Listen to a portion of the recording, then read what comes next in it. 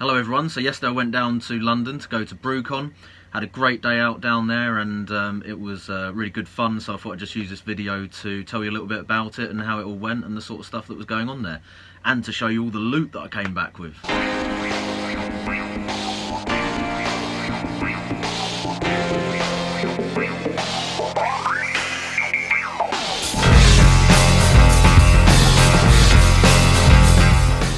So yeah, Brewcon 2018, it was really good, thoroughly enjoyed it, had a great day, and onto the evening as well, briefly at the club night afterwards. So unfortunately I didn't take any video or pictures myself. I had fully intended to do some footage while I was there, but I basically just ended up enjoying the day and didn't get round to taking any video, unfortunately. So I've pinched a few photos from other people's posts on Facebook, and I'll just throw some of those into the video so that you can get a little bit of an idea about what I'm talking about. But this was the programme, and Brewcon was basically a mixture of kind of trade stands, speakers, seminars, that sort of thing, and bars as well. So obviously a place to drink. It also integrated the competition, so the Brewcon World Series, so there was a lot of beer floating around from that competition, so the leftover bottles and some tastings of some of the shortlisted beers and winning beers as well, I think, came out at one point, and obviously the announcements of the competition winners was part of the day as well. Then afterwards there was a club night, which was at another venue a little bit further out towards the Olympic Park at Beer Merchants Tap. So they let all of the brew clubs set up some tables and basically dispense a load of their homebrew, which was really good. Met loads of people there, a couple of subscribers I bumped into, and they said hello, which was really cool. So also got to connect with a few other people who are doing brew clubs and stuff. One of the talks that I went to was about brew clubs, and that was good, and had a chat with some people who run other brew clubs as well. So a little shout out to Dan from Worcester Homebrewers, because I bumped into him and he bought me a beer, so that gets you a shout out on the channel if you ever buy me a beer, for sure. This was the programme for the day. There were some really good speakers. I didn't actually get to see all the things that I wanted to see, because there was basically so many things on that yeah, had to kind of sacrifice some things to go and see others. But our own BrewTube's own Sarah Pantry was doing a talk there about becoming a beer judge. Saw that one, and a recipe formulation talk in the Brew Talk Theatre, the homebrew clubs one, and after that my memory became a little bit hazy because I think I sampled quite a few beers. It's split over 3 spaces at the venue, so there's a little map there that hopefully you can see some detail on. Yeah, so the main hall was basically the kind of trade stands, so we had people like the malt miller there. Managed to have a quick chat with Rob, so it was nice to actually meet him in person on the day there. They had Muntons there, the Grainfather Mangrove Jacks guys were there. There was a couple of smaller kind of home brew shops there as well, so water into beer. Again, had a chat with one of the guys there, Mike from them, and he mentioned that he'd watched the channel and subscribed to the channel, so hello Mike. It was nice to meet you yesterday. I got some goodies from his stand as well, so go and check them out. I'll put a link down in the description to their website. I think they're in South East London.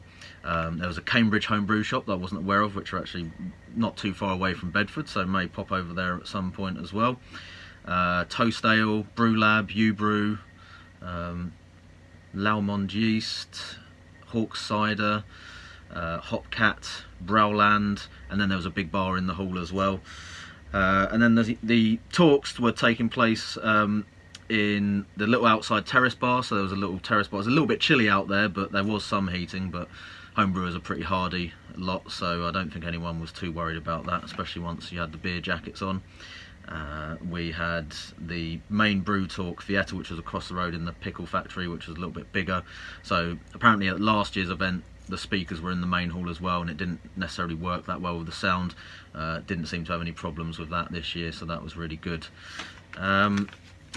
Yeah, so that was that. Like I said, thoroughly enjoyed it, had a great time. I would definitely recommend it.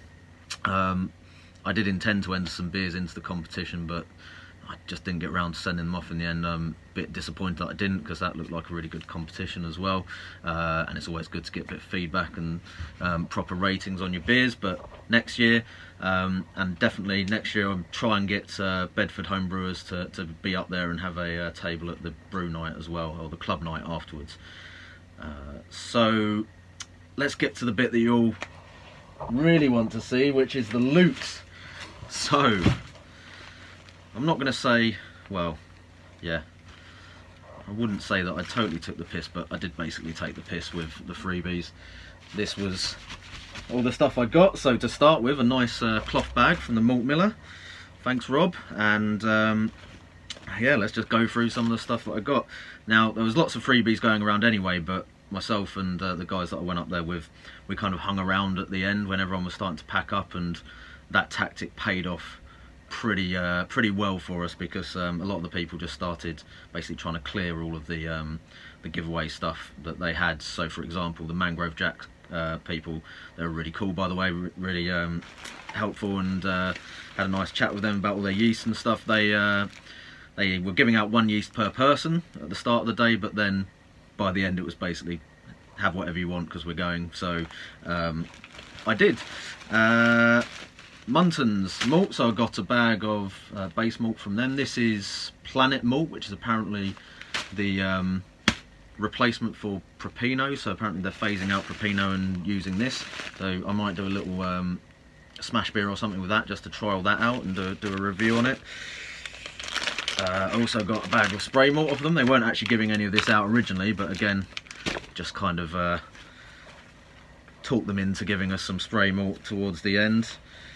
Mangrove Jack's got their guide to all their yeasts, which is good because I also pilfered a shitload of their dry yeasts. Nearly one of each, I think, that they had there in the end, but got some lager yeast, 2 packets of that, 2 packets of the US Pale, New World Strong Ale yeast, Empire yeast, going to hopefully put that into a porter. I was chatting with, forgotten the lady's name, but one of the Mangrove Jack's grandfather people who was there was talking to me about possibly using that in a smoked porter that I wanted to do, and a Belgian ale yeast. So a real nice selection there. I got a little bit of Girvan Nottingham yeast off of the Munton stand. A little sample of PBW. I've got some of this anyway, but it's really expensive, so even that little sample there is actually worth having.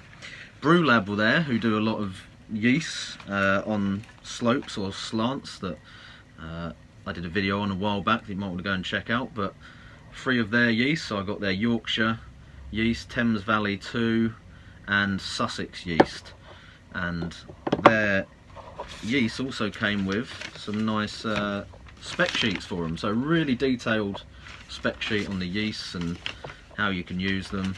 And what I particularly liked, they've got one of these flavour profile, I've forgotten the name for that particular type of diagram, but similar to ones that you get for hops, flavour profiles that you see on things like the Brewlosophy website and so on. So spec sheets for those yeasts that I got from them. There's more. A couple of cans of the cider from the Hawks stand. Can't remember his name, but I was chatting to a guy, a Czech guy there who was really friendly, and managed to talk him into giving me a couple of cans at the end. That was very nice cider as well. Grainfather keyring. Not buying a Grainfather anytime soon, but nice keyring anyway. And then just a load of basically beer mats and stickers and things like that. So a few bits to go on the Keezer build. Browland, Toast Ale, got quite a few samples of their beers. They were very nice, by the way. Look out for those if I see them in the shops. Got some stickers from Malt Miller. Malt Miller had a few beers there as well that they were giving out, so I tried their peanut butter stout based on, I think, what's it called, Yellow Belly. That was really nice. I think they do that as a kit on their site. Water into beer, so that was Mike's shop, and one of their stickers as well. So yeah, I think that's it. That's everything. Oh, apart from somebody's business card there, but yeah, you get the idea. So, cha-ching, good haul there, and I think I pretty much made my ticket money back and then some with all of that stuff. So again, not just because you can basically completely loot all the stands at the end, but for the whole experience, definitely worth going. I'd recommend it, and hopefully see a few of you guys there next year, if it's assuming that it's running again. I'm sure it will, because it seemed like it went really successfully. The club night afterwards was great fun, so I was only able to stay there for a little while, but all the brew clubs had set up their little stands. Some of them really went all out and had kegs and taps up there and everything kind of set up, so tried some really nice beers there. Yeah, and then eventually had to crawl back to Bedford, a little bit worse for wear, but I will definitely be there next year, so hopefully see you there. Cheers. I'm the dude, so that's what you call me, you know? That or his dudeness or Duder or, you know, El Duderino.